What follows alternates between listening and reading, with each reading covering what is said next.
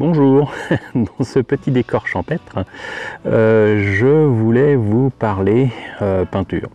Puis comme c'est un sujet un peu vaste, avant de vous parler de peinture, ce sera peut-être le sujet d'un prochain vlog, je me suis dit, on va plutôt tenter de parler pinceau ou aérographe. Voilà.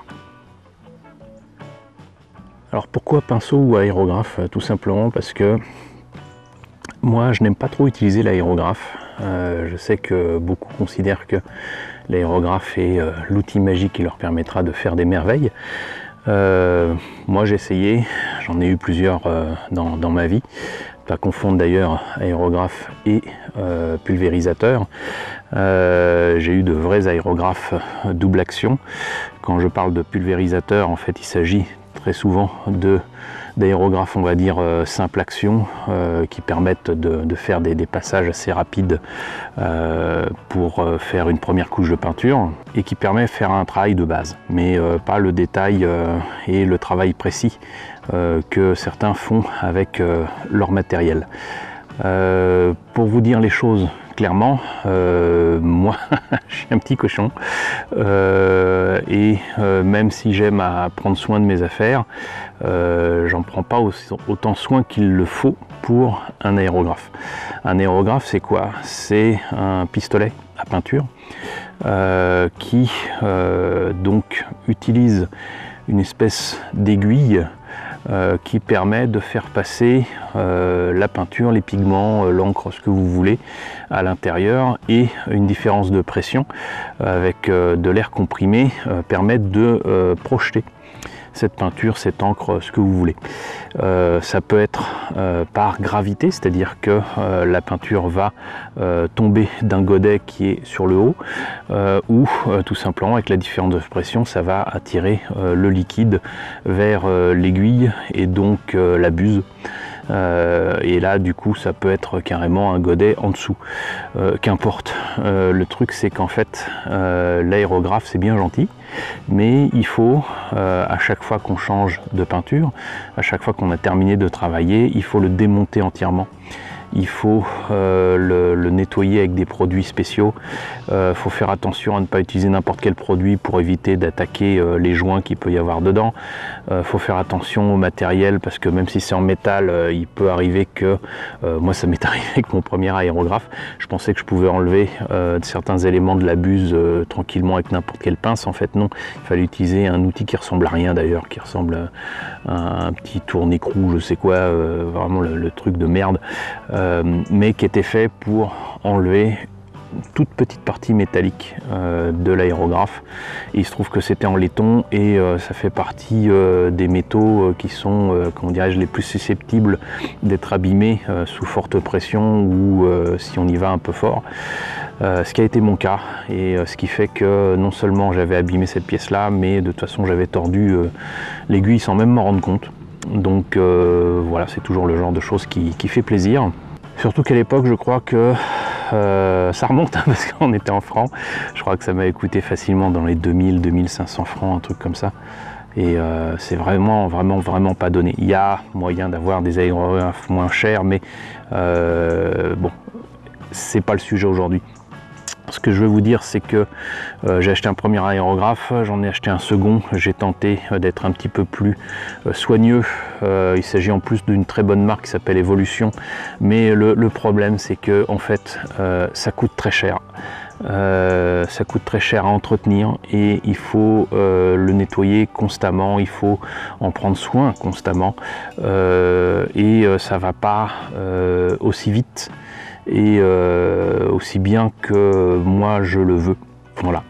En plus de ça, pour certaines techniques, notamment pour peindre certaines pièces, etc., là où moi je vais très vite avec un pinceau, il faut masquer la pièce et pour éviter que la peinture ne déborde. Et comme vous le savez, je n'aime pas le masquage, je déteste ça. Bref, pour moi, c'est un problème de soins à apporter au matériel et surtout un problème de temps. chacun est libre de choisir l'outil qu'il veut et surtout la manière dont il veut travailler. Et moi, c'est pas ma façon de travailler. Maintenant, le truc, c'est que l'aérographe peut apporter de grands services si on a les moyens. Notamment le fait, a priori, d'utiliser moins de peinture qu'avec un pinceau déjà. Moins de peinture, j'allais dire aussi comme moi je fais par exemple pour la peinture de base avec des bombes de peinture, surtout les bombes spécialisées pour la maquette, les figurines ou quoi, c'est pas donné. C'est entre 13 et 18 € selon les lieux de vente. Donc ça, c'est quelque chose à prendre en compte. Très clairement, il y a un aspect économique sur le long terme. Voilà. Maintenant, comme je le disais tout à l'heure, il ne faut pas confondre aérographe et compresseur. Beaucoup de personnes ont tendance à confondre l'outil qui permet de pulvériser la peinture et, j'allais dire, le complément de l'outil qui permet de faire fonctionner l'outil en question, à savoir de l'air comprimé. Et pour avoir de l'air comprimé, vous pouvez utiliser des bombes d'air comprimé qui coûtent extrêmement cher, mais qui peuvent être pratiques. Par exemple, moi j'ai utilisé en salon il y a des années à Chibi Japan Expo. Voilà, c'est très bien, ça évite de transporter un truc souvent lourd et fragile. Donc voilà, et sinon vous avez des compresseurs sans cuve qui font du bruit constamment, c'est-à-dire qu'en fait ça te pulse de l'air directement et constamment, et souvent ça fait du bruit, ça bouge tout seul. Ça a été d'ailleurs mon vrai premier aérographe, qui n'était pas un véritable aérographe puisque c'était le Tamiya Sprayworks. Les plus anciens s'en rappelleront peut-être. J'avais acheté ça moi-même dans ma jeunesse quand je pensais que ça me rendrait grand service. C'est là que j'ai appris que je détestais ça. Pourtant c'était qu'un simple pulvérisateur, c'était beaucoup trop cher pour ce que c'était. Je l'avais acheté à Eole, coucou Philippe, c'est toi qui me l'avais vendu, et donc j'ai acheté ça il y a 30 ans, et c'était une expérience extrêmement pénible et qui ne m'a apporté que du désarroi. Quoi qu'il en soit, donc le compresseur qui était livré avec, parce que c'était un tout en un, bougeait tout le temps, faisait un bruit de fou, et quand on vit pas tout seul, c'est pas la joie.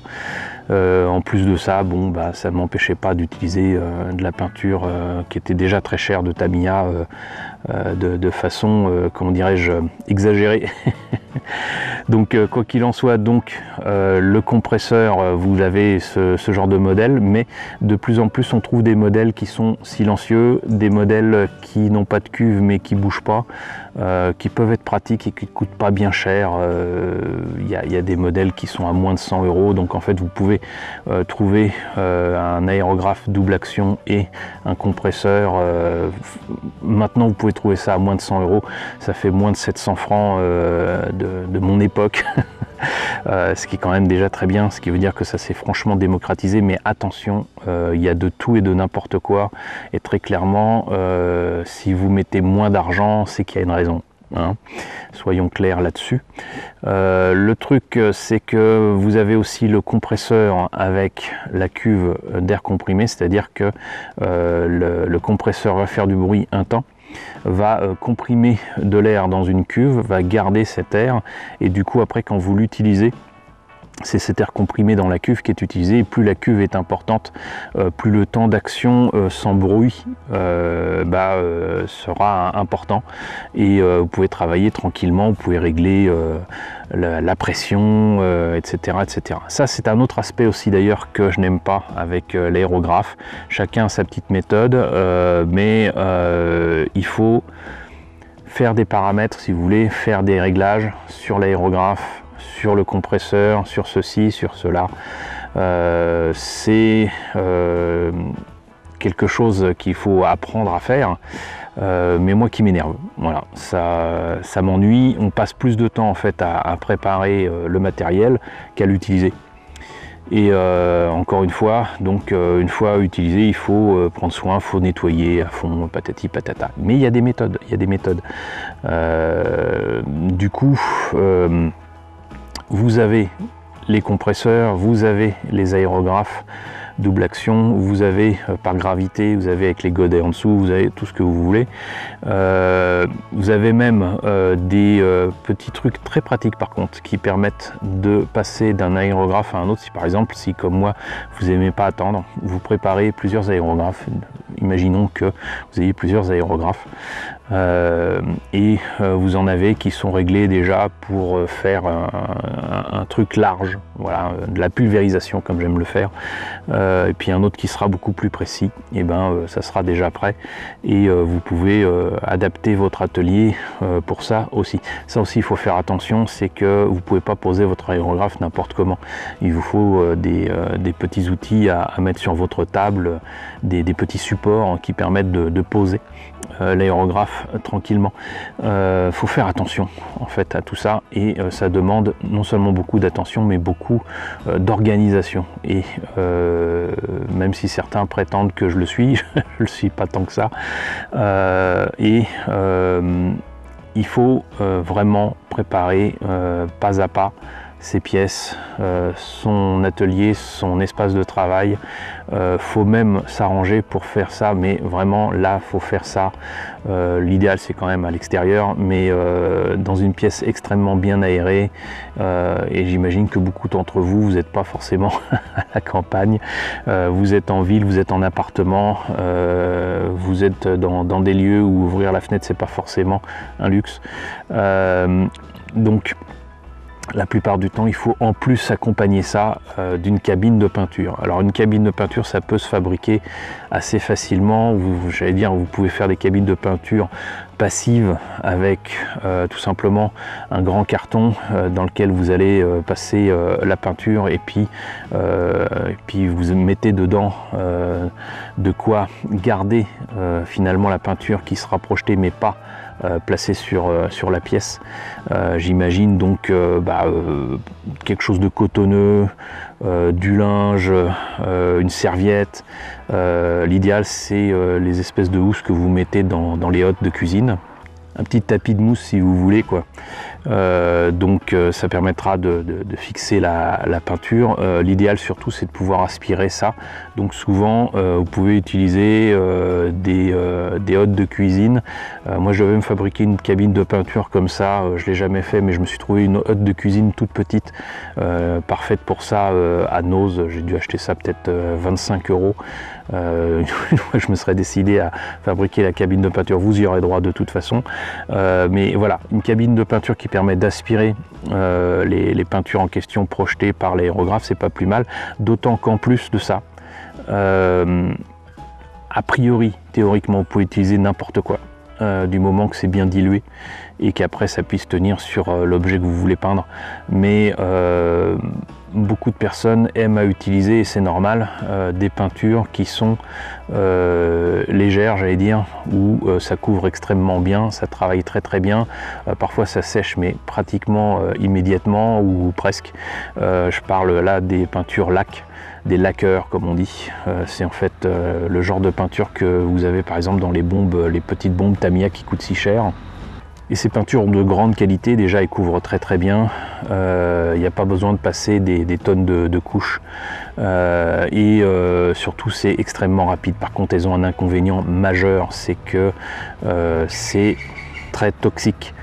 Donc il faut prendre ça en compte, c'est pas le genre de peinture qu'il faut passer sans avoir notamment un masque, sans être dans un lieu extrêmement aéré. Si vous faites ça dans un lieu fermé et sans masque, vous allez vous en prendre plein les poumons et croyez-moi qu'à terme ça ira pas. Donc cabine de peinture pour des personnes qui sur le long terme, encore une fois, vont utiliser l'aérographe, c'est j'allais dire un minimum vital. Donc vous comprenez bien que entre le prix du compresseur, le prix de l'aérographe, le prix d'une cabine de peinture, même si vous la fabriquez tout seul, le fait d'être dans un lieu aéré, le prix des peintures, le prix des solvants, le prix du matériel pour nettoyer, qui n'est pas le même que le solvant. Et on n'a pas fini, parce que là-dessus, vous pouvez peut-être rajouter aussi, mais encore une fois, sur le long terme, ça peut, je ne vais pas dire se rembourser, mais se justifier. Vous pouvez prendre aussi des cuves à ultrasons qui permettent de nettoyer les pièces pas forcément rapidement, mais en tout cas efficacement, sans les toucher. Parce que le problème, c'est que si vous faites ça avec même du matériel qui va dissoudre la peinture ou quoi, et que vous faites ça à la main, vous pouvez le faire. Mais moi, je l'ai fait et rien que ça a tordu, même si ça ne se voyait pas, l'aiguille que j'utilisais sur mon second Evolution. Donc faites attention à ça. Une cuve à ultrasons, bon, ça coûte pas si cher, on peut en trouver à 10-20 € selon les endroits. Par contre, ça court pas les rues normalement, et là encore, c'est théoriquement, vous pouvez utiliser ça avec, j'allais dire n'importe quoi, mais en fait non, parce qu'il ne faut pas non plus oxyder le matériel, même si vous êtes supposé avoir des aérographes inoxydables. Parfois on a de mauvaises surprises avec donc du matériel qui va rouiller ou quoi, donc on veut pas ça. Donc il y a du matériel à utiliser pour mettre dans la cuve à ultrasons, et si je me rappelle bien, il s'agit du Glanzer. Voilà, c'est un produit qui permet de bien nettoyer les pièces et tout. Ça sort impeccable a priori. Maintenant, du Glanzer, je vous avoue que moi personnellement, je n'en ai jamais vu, je n'en ai jamais trouvé. Donc c'est encore du matériel qui ne court pas les rues et qui s'ajoute à la facture. Voilà. Donc en fait, peindre à l'aérographe quelque part, c'est un peu du luxe. C'est un peu du luxe, et c'est pas ça qui me retient, puisqu'encore une fois, le matériel en question, à quelques exceptions près comme le Glanzer, je l'ai. C'est le temps que ça prend, et le fait que ça ne me permet pas de travailler avec le confort que j'apprécie. Voilà, j'aime à peindre certains détails au pinceau. Moi, ça me gêne pas du tout. Passer mon temps des heures à masquer pour ensuite faire un truc, une petite pointe de vert, une petite pointe de blanc ici ou là, ça rime à rien. Maintenant, rien n'empêche d'utiliser plusieurs méthodes. Rien n'empêche d'utiliser plusieurs méthodes. Pourquoi utiliser uniquement l'aérographe? Parce qu'on a l'aérographe, c'est complètement ridicule. Pourquoi ne pas utiliser de la bombe de peinture et du pinceau quand on a aussi un aérographe? C'est tout à fait envisageable. Soyons raisonnables quand même, 2 secondes à ce niveau-là. Il n'y a aucune obligation d'utiliser uniquement l'aérographe. Donc vous l'aurez compris, l'aérographe, c'est pas à la portée de tout le monde, c'est pas à la portée de toutes les bourses, et en plus ça demande une certaine pratique. Mais je sais que beaucoup qui l'ont pratiqué et qui apprécient, forcément maintenant ne jurent que par ça, et c'est logique et c'est normal, parce qu'effectivement ça peut donner des choses assez formidables. Mais n'oubliez jamais que ce n'est pas l'outil qui fait l'artiste, et que c'est pas en ayant un aérographe entre les mains que vous allez devenir tout d'un coup le chef suprême de la peinture sur maquette. Non, ça demande de la pratique, ça demande du temps, et avec un tel matériel, pensez bien que ça va avoir un coût. Donc parlons maintenant des autres méthodes. Tout simplement, je dirais que celle que je fais, et qui est pour moi la plus simple, a aussi des avantages et des inconvénients. Bon, l'avantage pour moi, c'est que c'est la méthode que j'utilise depuis toujours, depuis une quarantaine d'années maintenant. Même si je n'ai pas utilisé immédiatement des bombes de peinture, reste que donc le travail des pièces s'effectue toujours de la même manière.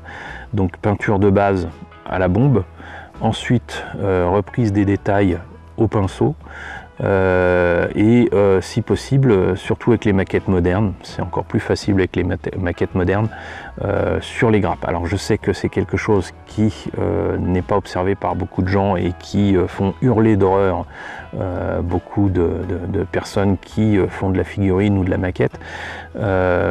Chacun sa méthode, et le fait est que j'ai déjà prouvé que pour beaucoup de choses, c'était beaucoup plus pratique pour moi et beaucoup plus économique, notamment de placer de la peinture de base sur les pièces, sur les grappes. Le tout est de ne pas en mettre des couches et des couches sur les grappes. Voilà, c'est le secret. De ne pas mettre trop de peinture là où il y aura des jointures. De toute façon, ça rimera à rien. Mais par exemple, sur mon Destroid Spartan, j'ai fait mes peintures de base, donc du noir ou du gris à l'intérieur des pièces pour les parties qu'on verra de toute façon une fois le travail terminé dans les articulations ou quoi. Le Spartan, c'est essentiellement du vert, donc du vert sur le reste des pièces, mais une seule couche de base, pas plus. C'est largement suffisant, j'allais dire même en voile. Ça permet de travailler et de préparer la pièce assez facilement, et voilà, donc c'est surtout pour une raison j'allais dire économique de temps, économique de matériel avec la bombe de peinture. Si vous peignez chacune des pièces les unes après les autres en faisant pchit pchit pchit, votre bombe de peinture elle est finie en 10 minutes, hein.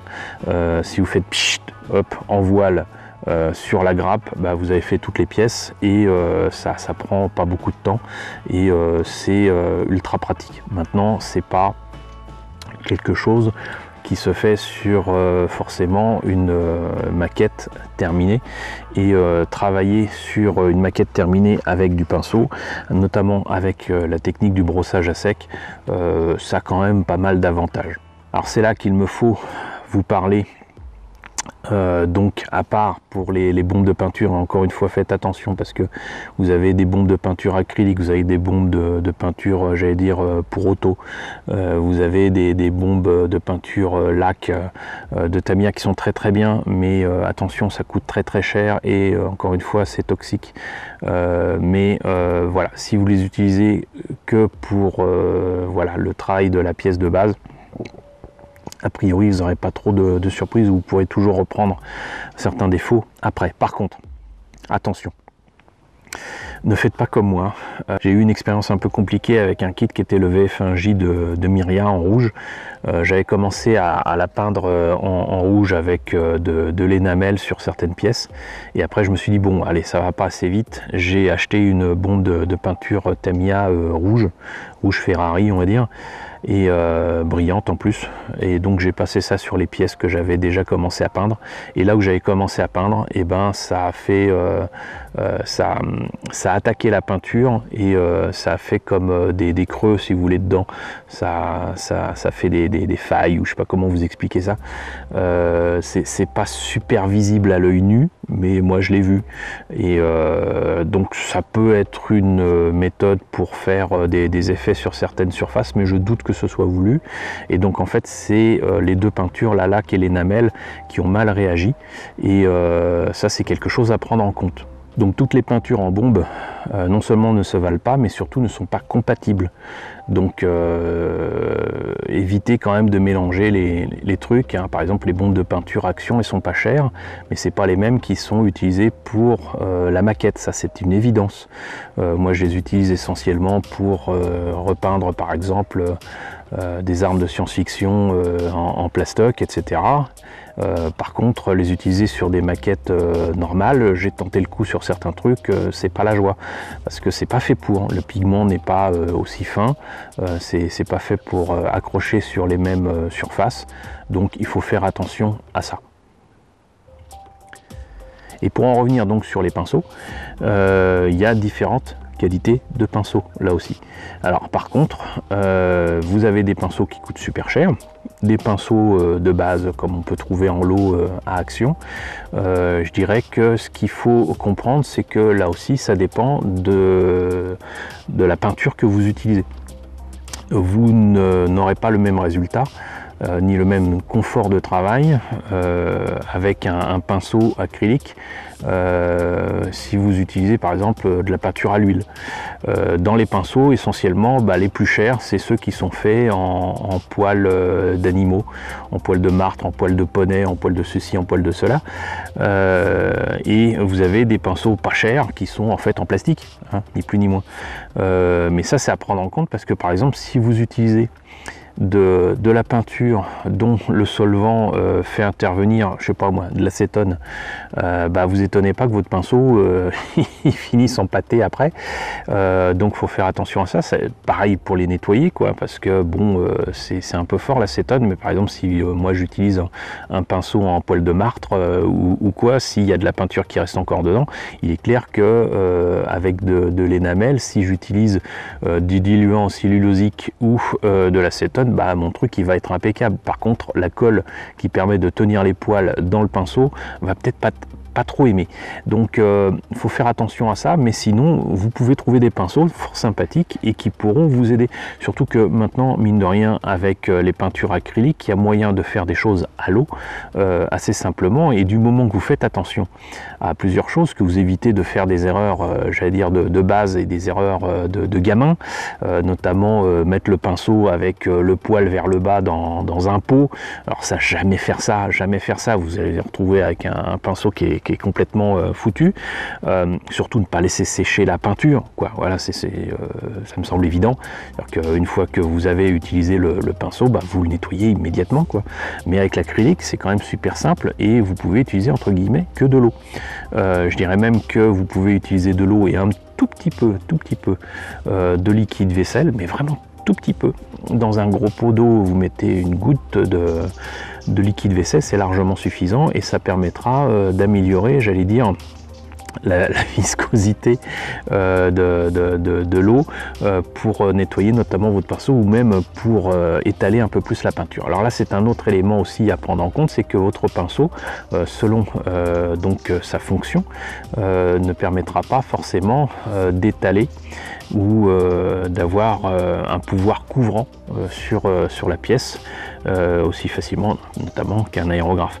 Mais mine de rien, comme je disais tout à l'heure, il y a des méthodes, avec les méthodes de brossage à sec, les méthodes avec certaines peintures qui couvrent bien et qui tirent bien. Voilà, c'est-à-dire qu'une bonne peinture, c'est une peinture que vous pouvez tirer, dont les pigments vont bien rester sur la surface et vont pas s'amuser à couler n'importe où.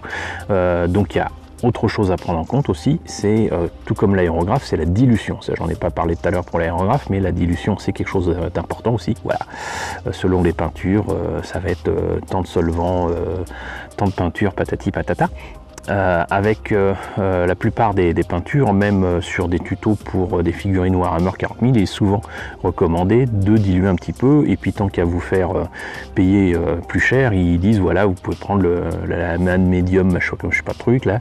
En fait, ça permet de diluer un petit peu la peinture, effectivement d'améliorer la viscosité, si vous voulez, de la peinture, et ça revient de toute façon à diluer la peinture pour améliorer, si vous voulez, sa capacité à être tendue, à éviter de faire des pâtés. Voilà. Moi, je le fais pas toujours. Le principal, c'est de se dire que de toute façon la peinture, sauf si c'est en tube comme la peinture à l'huile évidemment, mais dans votre pot, faut juste penser, comme je faisais moi avec l'énamel, mais c'est valable avec l'acrylique, faut penser à bien remuer le pot, parce que les pigments ont tendance à aller vers le fond, et ce qui permet de faire en sorte que la peinture soit liquide va aller vers le haut, donc il faut bien mélanger, et là a priori il n'y a pas de problème, mais donc pouvoir couvrant, bien tendre la peinture, mais ça implique d'avoir différentes qualités de pinceaux. Alors moi je les connais visuellement, le nom spécifique de chacun de ces pinceaux, je vous avoue que je les connais pas. Maintenant vous les reconnaîtrez assez facilement, parce que vous en avez certains qui sont un peu de cette forme là, d'autres qui vont être plus comme ça. Il y a là par contre les pinceaux brosse qu'on reconnaît quand même très facilement. La qualité des poils aussi diffère d'un modèle à un autre. Le fait est que par exemple les pinceaux que j'ai toujours trouvé très chers chez Citadel, pour maintenant en avoir utilisé quelques-uns, j'en ai acheté soldés, donc à prix quand même fort sympathique, j'ai pu les utiliser. C'est vrai, c'est clair, c'est de la qualité, voilà, c'est pas le matériel que vendait à un moment Revel, qui est complètement fou. Il vendait des pinces et des pinceaux, mais vraiment, j'aurais pas filé ça à un élève de maternelle. Ça, c'était un peu la honte. Mais le matériel qui est vendu par exemple par Citadel, si vous investissez là-dedans, vous ne serez pas déçu, parce que c'est de la qualité. Maintenant, c'est pas parce que vous avez un pinceau à 3 poils que vous arriverez à faire certains détails. Ça, je le dis et je le répète, passer des heures à faire du panel lining avec un pinceau à 3 poils, c'est ridicule. Il y a plein de méthodes différentes qui vous éviteront d'utiliser des pinceaux super fins pour des super détails, pour des super ceci, des super cela. bon, dans la majorité des cas, sincèrement, vous pouvez vous passer de pinceau pour faire ce genre de choses. Mais on y reviendra. Donc, pour les pinceaux, je dirais que bon, des pinceaux moyens, de gros pinceaux pour de grosses surfaces et surtout des gros pinceaux brosse de qualité pour le brossage à sec, c'est quand même l'idéal pour moi, puisque bon, tout comme avec l'aérographe, l'idée c'est que sur votre peinture de base, du moment qu'elle est propre et du moment qu'elle est bien travaillée, si vous mettez vos pigments mais petit à petit, eh bien vous couvrez la surface facilement et rapidement. Et c'est ce que j'ai fait avec notamment de nombreux kits en ce vinyle, par exemple le Glatank de Nadia. C'était juste du brossage à sec, je crois que c'était rouge brique. Voilà, sur une surface que j'avais déjà travaillé donc à la bombe, et ça s'est fait facilement, tranquillement. Voilà, c'était même pas donc c'était au pinceau, mais brossage à sec. Je dirais même que des fois ça peut très bien ne pas être sec du tout, mais c'est quand même super pratique, et ça c'est une méthode que les gens devraient utiliser peut-être un petit peu plus souvent. Déjà parce que vous pouvez y aller par phase, par étape, mais qu'en plus vous pouvez varier, j'allais dire, les teintes, et quelle que soit la surface, surtout si c'est une grande surface, si vous représentez un objet qui est grand dans la réalité. Les surfaces n'ont pas le même aspect selon la lumière, selon les formes qu'ils ont, selon la façon dont ça a été attaqué, j'allais dire, par les éléments. Voilà, donc on le voit bien avec des bateaux, des voitures ou quoi. Même si un objet est neuf, il n'aura pas la même lumière dessus, la même couleur. Donc vous pouvez varier un petit peu ces éléments là, et tout comme en peinture, j'allais dire à plat sur un tableau, vous pouvez adapter tout ça pour pouvoir faire ici une touche de bleu, une touche de vert, une touche de voilà. Les tankistes savent de quoi je parle. Mais ça permet quand même de donner quand même des variations de couleurs et de teintes, surtout de teintes de couleurs sur vos surfaces. Donc le pinceau a énormément d'avantages, le tout c'est d'en prendre soin un minimum, et ça, à ce niveau là, ça coûte quand même déjà beaucoup moins cher que l'aérographe. Et je peux vous dire que si certains de mes pinceaux n'ont pas survécu à mon utilisation sur ces dernières dizaines d'années, j'ai certains pinceaux que j'avais achetés en 85 et que j'ai toujours, et que j'avais acheté à l'époque une somme ridicule. Je crois que pareil, c'était pendant les soldes de printemps Haussmann en 85. J'avais peut-être acheté ça à 1 franc, voilà, et je regrette pas parce que j'en ai plein. J'avais même acheté un lot à un moment qui m'avait été fait moins cher parce qu'ils se débarrassaient de leur coin modélisme. Donc voilà, vous regretterez pas ce genre d'investissement. Donc voilà, vous l'aurez compris, selon le matériel, des méthodes différentes. J'allais dire même des peintures différentes, des marques différentes, etc. Donc on aura l'occasion, je pense, de parler de peinture à un autre moment. Ce que je peux vous recommander, en tout cas dans un premier temps, c'est de voir les chaînes de certains de mes amis qui ont déjà développé depuis des années d'excellents tutos pour vous montrer comment utiliser une cabine de peinture, comment utiliser un aérographe, comment le régler, comment le nettoyer, comment ceci, comment cela. Je passe immédiatement à la Mi Zenkuro, je pense à la Mi Hobby Ninja, je pense à Super Paperman, où on voit ce qu'il utilise, etc. Donc j'en cite là que quelques-uns, mais je vous mettrai les liens dans la description pour que vous voyez tout ça. C'est là, c'est présent, profitez-en. Je vous empêche pas d'utiliser un aérographe, mais soyez prévenus. Encore une fois, ce n'est pas l'outil qui fait l'artiste. Et moi, je ne vous ai exposé que mon point de vue et que mes méthodes. Voilà. Donc quoi qu'il en soit, donc il y a des choses qui existent sur internet, voyez tout ça. En attendant, je suis désolé, c'était un peu long. Je pense que la vidéo dépassera les 20 minutes, j'en suis vraiment désolé. En attendant, j'espère que cette vidéo vous a intéressé. N'hésitez pas à me dire ce qu'il en est dans la section commentaires, n'hésitez pas à liker, n'hésitez pas à partager, n'hésitez pas à vous abonner si ce n'est pas déjà le cas. Coucou aux nombreux abonnés qui nous ont rejoints ces derniers temps, bienvenue ici. Coucou aux grands anciens qui me suivent depuis plus de 4 ans, merci à tous de votre fidélité, merci à tous de votre soutien sur Tipeee et sur Paypal. Surtout prenez soin de vous. Je vous laisse avec la liste des contributeurs de la chaîne et je vous dis donc à très bientôt pour un nouveau vlog.